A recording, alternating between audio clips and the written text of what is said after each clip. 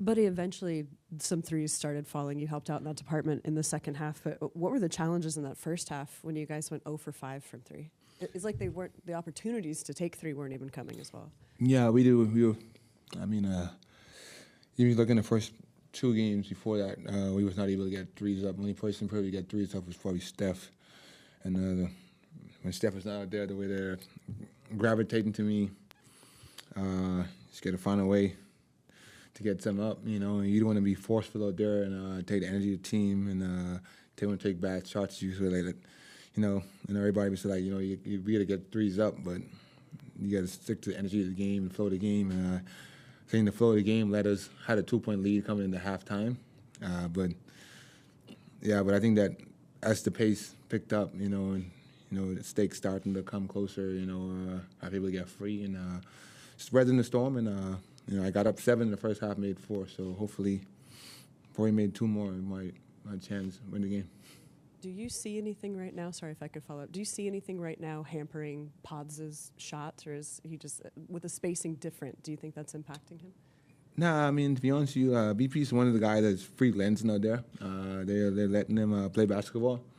But, you know, in all, like, you know, he's a second-year guy and first playoff experience. You know, he's going to go through ups and downs. But it's a fun challenge, you know. And, of course, he's going to get hard on himself. He's a hard worker. Every time I come to the gym, he's always here working hard. And I just told him after the game, next shot, best shot. You know, you can't worry about it. Just living it now. And, you know, BP's can come around for us. You know, you just got to trust it. How would you describe the way Kuminga played tonight after what he's been through elite, past month? Elite. This is Jonathan we missed. We just know Jonathan we know he was capable of. I'm so happy for him to see him just be aggressive and play basketball and without second guessing himself. You know, and like he said in the last interview, you know, he feel like he got his confidence back and his feet are under him, and I think he did a great job tonight. Following up on that, you're one of the guys who we know has brought joy to this team, both on and off the court. Is there any message that you've been telling JK kind of behind the scenes to just keep his confidence up? And it's not only me, it's everybody, you know, just this opportunity, man. It's when it comes, just he's a guy that works so hard. I don't know if anybody works hard as JK. He's always in the gym. He comes and prepare himself, and he's working his butt off. And he stay ready. He's a true professional, and that's why he's having this type of game here. And I hope that everybody's watching and seeing what he's capable of. You're known to talk to Jimmy some, have a pulse on him. What did you think just being around him in this game? Where was his, you know, did he have a super high energy level even before the game? Oh, Jimmy? Yeah. Jimmy was good. You know, he's just been coming to being a pro. You know, he had 33 tonight. He willed us all the game. He willed us all game, and we're gonna even do it again for game 4. He's doing all he can do, man, and we just gotta be ready to buckle down and give him some more support.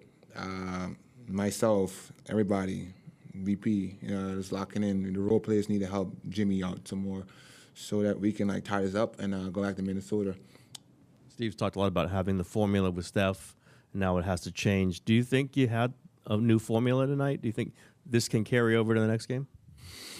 You know, we had the game in front of us. You know, I don't know, it was a 6-minute mark. We up like, 3 or 4 or 5 maybe. And we got to get away from us. We just got to be able to protect the basketball and and weather the storm and just get the ball to Jimmy and let him figure it out for us. How has it been with Steph supporting the team off the court? And do you ever feel kind of this pressure to cover on his behalf? What does that look like for you? Nobody will cover Steph Curry. What he does, there's no pressure. If you coming in thinking you got to like full his role, you're crazy because he does so much with his team. You know, trust me, everybody would like to do it, but like he's touched by an angel. You know, he's touched by God. You know, he's blessed. But he's Steph Curry, man. He's always supportive, always there, talking to the guys. I'm always asking questions. What you see on this play, how can I get open? And just reading stuff. And I think that just talking to him in the second half and halftime, I'll be able to get some shots off early, in the second half, you know, and as the game is a change. So just reading the defense, man. They like, I'm getting the Steph rules right now. I told him, I see what you go through. Yeah. So, but it's fun. That's why it's a 7-game series. it's always a challenge, and you got to overcome these challenges. This is the best thing about this. We get the Mother's Day tomorrow, and then after that, Monday, to show the world what we can do. Thank you. Buddy, how does the margin for error change defensively when Draymond's not on the floor?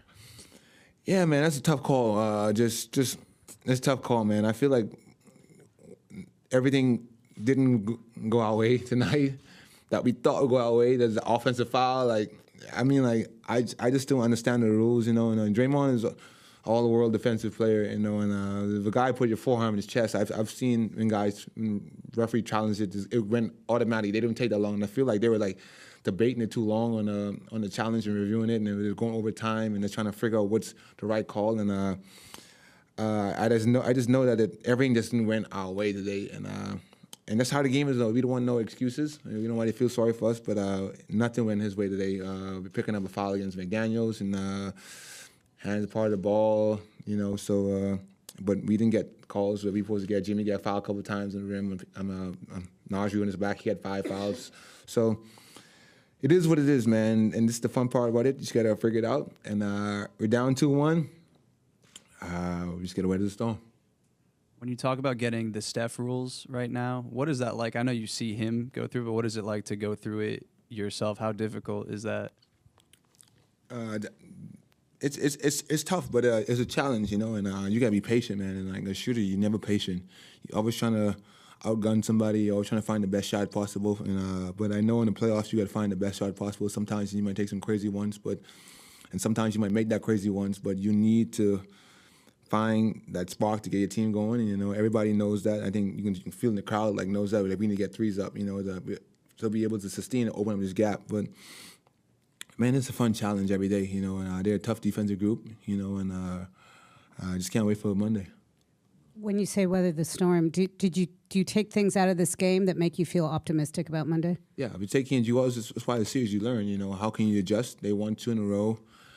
I feel like it's a game we should have won tonight, but we didn't win it. But you just got to go to the drawing board and figure out what's in that spurt where we lost it, and how we can learn and build from that.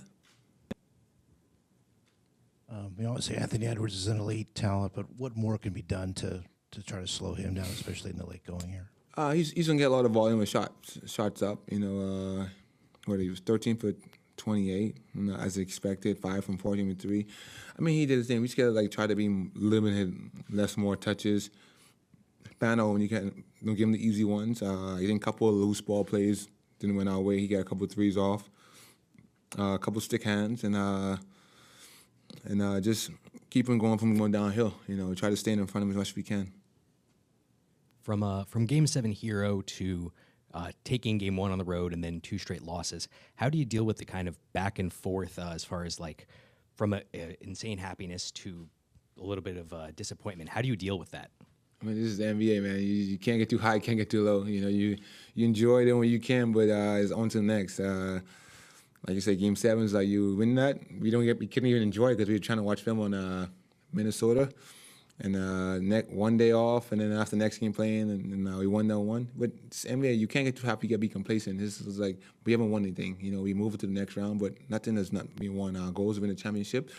And our goal is to try to weather the storm as we can when we get 30 back, because we know how elite we are with him. But I think I know we can beat these guys without him too. So ready for Monday, get to the drawing board, and let's get it. Thank you. Great. Thank you. Thank you. Y'all have y'all Gatorades back.